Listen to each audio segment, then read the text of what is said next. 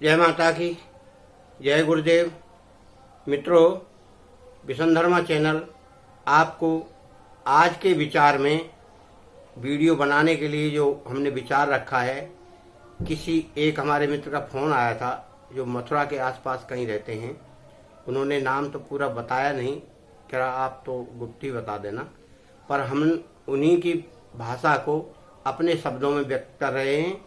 और कुछ लोगों का ये कहना भी है कि यदि गायत्री मंत्र किसी को सिद्ध हो जाता है या उसको शक्तियां प्राप्त हो जाती हैं और वह मंत्र कार्य करने लगता है, वह उससे अनेक कार्य करता है और अपने के साथ साथ दूसरे लोगों के भी कार्य करने लगता है।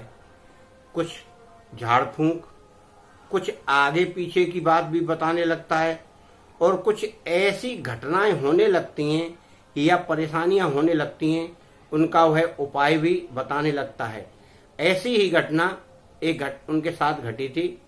वो जिसने हमको फ़ोन किया था, उनके पिताजी के साथ ऐसा हुआ था कि वो बहुत पुराने साधक थे गायत्री के, और गायत्री साधना करते करते उनको गायत्री मंत्र सिद्ध हो गया और उस मंत्र के प्रभाव से वह बहुत सारा कार्य किया करते थे। क्योंकि गांव देहात में लोग रहते हैं, तो अगर बुजुर्ग आदमी फ्री हो जाता है तो यह सोचता है वो कि चलो हम कुछ भलाई कर लें अपनी मंत्र शक्ति से या अपनी भक्ति से। तो इस प्रकार से वह लोगों के कार्य किया करता था, परेशानियां दूर किया करता था। तो इस तरह करते करते उसको काफी दिन हो गए, काफी विख्यात हो गए वो आसपास के गांवों में कि यार वो व्यक्ति कुछ बता देता है सही, भूत भविष्य की बातें, और वो सच निकलती हैं, और उपाय भी बता देता है कि आपके साथ यह हो रहा है तो आप यह कर लीजिए, और यह भी बता देगा कि आपके साथ यह घटना हो सकती है, आप थोड़ा सावधान रहें। तो इस प्रकार का जीवन चक्र उसका चलता रहा और चलते चलते धीमे धीमे उनकी शक्ति बहुत घटती चली गई। घटते घटते घटते घटते वह एक ऐसी सीमा पर आ गई कि फिर उनके पास कुछ नहीं बचा। फिर वह जो भी करते वह निष्फल होने लगा।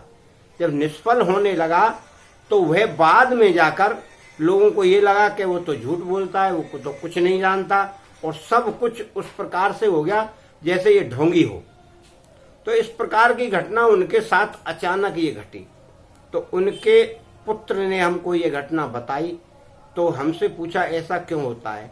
तो हमने कहा हमने एक वीडियो भी डाली थी पहले, और अभी फिर इस वीडियो में हम इस घटना के बारे में जो बता रहे हैं, इसका हम कारण बता रहे हैं।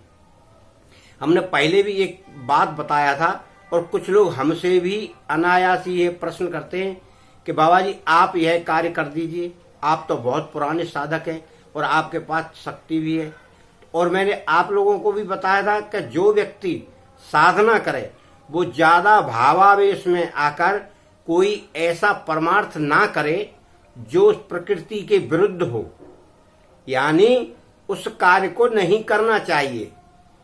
क्योंकि जो धन हम कमा रहे हैं या जिन मंत्र जाप का हम फायदा ले रहे हैं या अपने शरीर में शक्ति अर्जित कर रहे हैं, वह शक्ति यदि हम दूसरों को साथ के साथ बांटते रहेंगे तो हमारा खजाना खाली हो जाएगा, हमारे पास कुछ नहीं बचेगा।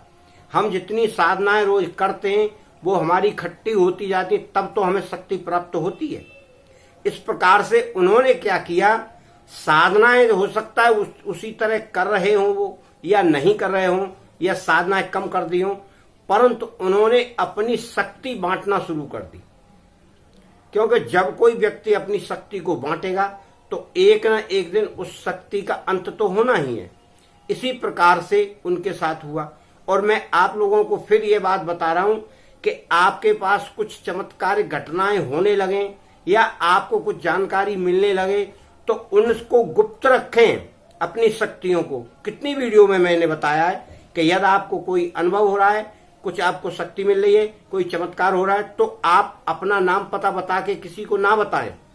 क्यों कि यदि नाम पता बता देंगे तो आसपास के या जो व्यक्ति आपको जानते हैं तो वो आपसे प्रभावित होकर आपके पास आएंगे और आप उनको भी बताएंगे। क्योंकि जब वो पूछेगा तो आपको बताना ही पड़ेगी। तो इसके बताने से यानी पॉपुलर होने से आपके अंदर एक स्वाभिमान के साथ अभिमान भी जगता है, और उस अभिमान के कारण ही आपकी शक्ति का पतन होता है। एक बात तो ये रही। दूसरी बात ये रही कि जिस शक्ति से हम प्रकृति के विरुद्ध कोई कार्य करते हैं तो वह हमारे शक्ति के विरुद्ध है, क्योंकि प्रकृति के विरुद्ध अगर हम कोई कार्य करेंगे तो उसका दंड हमको भोगना है, क्योंकि उस व्यक्ति को जिसके बारे में हम कुछ कर रहे हैं उस व्यक्ति को प्रकृति अपने कर्मों के अनुसार दंड देती है या भोगने के लिए मजबूर करती है। और आप अपनी शक्ति से, यानी वह भी प्रकृति की शक्ति है, आप अपनी शक्ति से उस क्रिया को बदल देते हैं, तब उस क्रिया का या उस कर्म का भोग आपको भोगना पड़ेगा। इसलिए आप किसी को रास्ता बताएं, ऐसा नहीं कि आप उसे अपने कंधे पर बिठाल के वहां छोड़ आए। आप रास्ता बता सकते हैं। गायत्री मंत्र का जाप करिए, त्राटक करिए, प्राणायाम करिए, दया का भाव रखिए, दान पुण्य करिए, परमार्थ करिए। ये साधन, ये रास्ते हैं। आप इन रास्तों को बता दीजिए। यदि कोई व्यक्ति अपने भाव में आकर या दया भाव में आकर अपनी धार्मिक प्रवृत्ति लेकर कोई व्यक्ति इन रास्तों को अपनाएगा, उसके अंदर स्वतः शक्ति आना शुरू हो जाएगी। धीरे धीरे सत्य बोलेगा, उसके कहे हुए वचन सत्य होने लगेंगे। प्राणायाम त्राटक करेगा, आंखों की शक्ति प्राप्त होगी। ध्यान करेगा तो ध्यान से जहां ध्यान लगाएगा उस कार्य में उसको सफलता मिलेगी। तो इस प्रकार की क्रियाएं उन साधकों को बताना चाहिए जो आपसे कुछ पूछना चाहते हैं। बल्कि आप क्या करते हैं कि वो पूछने आता है कुछ और आप बता देते हैं मैं तो 10 मालाएं करता हूं, सुबह 4 बजे जगता हूं, 6 बजे जगता हूं, फिर दोपहर को करता हूं, फिर शाम को करता हूं।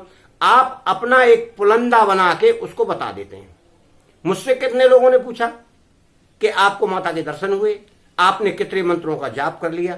भाई आप मुझसे इन बातों को क्यों पूछते हैं? आपको मुझे देना तो है नहीं, या आपको मेरी वीडियो देखकर उससे कुछ लाभ होगा क्या मैं बता दूं कि मुझे इतने लाख हो गए और मैंने वास्तव में ही नहीं गिने हैं।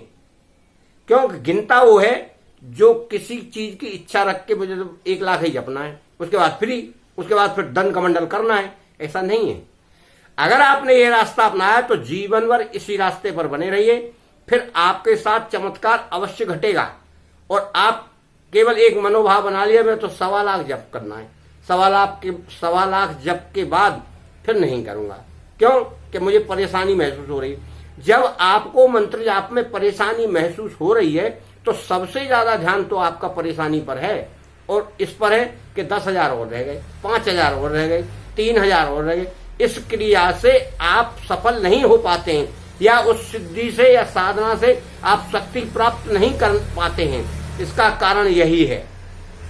आप अपने जीवन में कुछ करेंगे तो निस्वार्थ भाव से तभी करेंगे, निश्चिंत होकर उसका जाप करें। जाप करने में कभी भी अपने मंत्रों का ध्यान नहीं रखना चाहिए कि मुझे 1 लाख जपना है, 5 लाख जपना है, 24 लाख जपना है, 8 लाख जपना, 10 लाख जपना, 10,000 जपना है। इनका ध्यान करके अगर हम जाप करेंगे तो हमारी साधना सफल नहीं होगी, और फिर हमारे मन में यह एक विचार बना रहेगा कि हम तो उसके बाद फिर फ्री हो जाएंगे। मित्रों, इसीलिए मैं कहता हूं साधना आप गिनती से करो ही मत। आप तो दैनिक साधना पकड़ो कि मुझे 5 माला, 8 माला, 10 माला, 9 माला या 11 माला या 30 माला जप करना है। पर लोगों ने नहीं मुझे 24 लाख करना है, मुझे तो 1.25 लाख करना है। उसमें क्या करते हैं, जल्दी जल्दी करते हैं और फिर बीच में व्यवधान आता है तो उनकी बंद हो जाती है, खंडित हो जाती है, फिर उसके बाद वो बेकार काम उनका। साधना का मतलब ये अपने शरीर पर अडिग रहना, सध जाना, रुक जाना। ऐसा नहीं है आप मोटरसाइकिल साधना सीख गए, चलाना सीख गए, आपने बीच में गिरा दी तो काय की आपकी साधना, या आपने क्या सीखा? कुछ नहीं सीखा।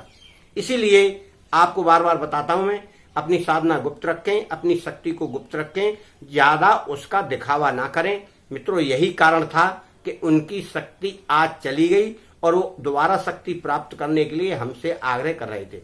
तो हमने कहा आपने तो बहुत बड़ी गलती कर दी, अब अगर आप दोबारा से करना चाहें तो गुप्त रूप से साधना करें, आपको शक्ति दोबारा प्राप्त हो सकती है। मित्रों, धन्यवाद। आप भी उसी तरह की साधना करें, किसी को बताएं नहीं, गुप्त रखें। जय माता की।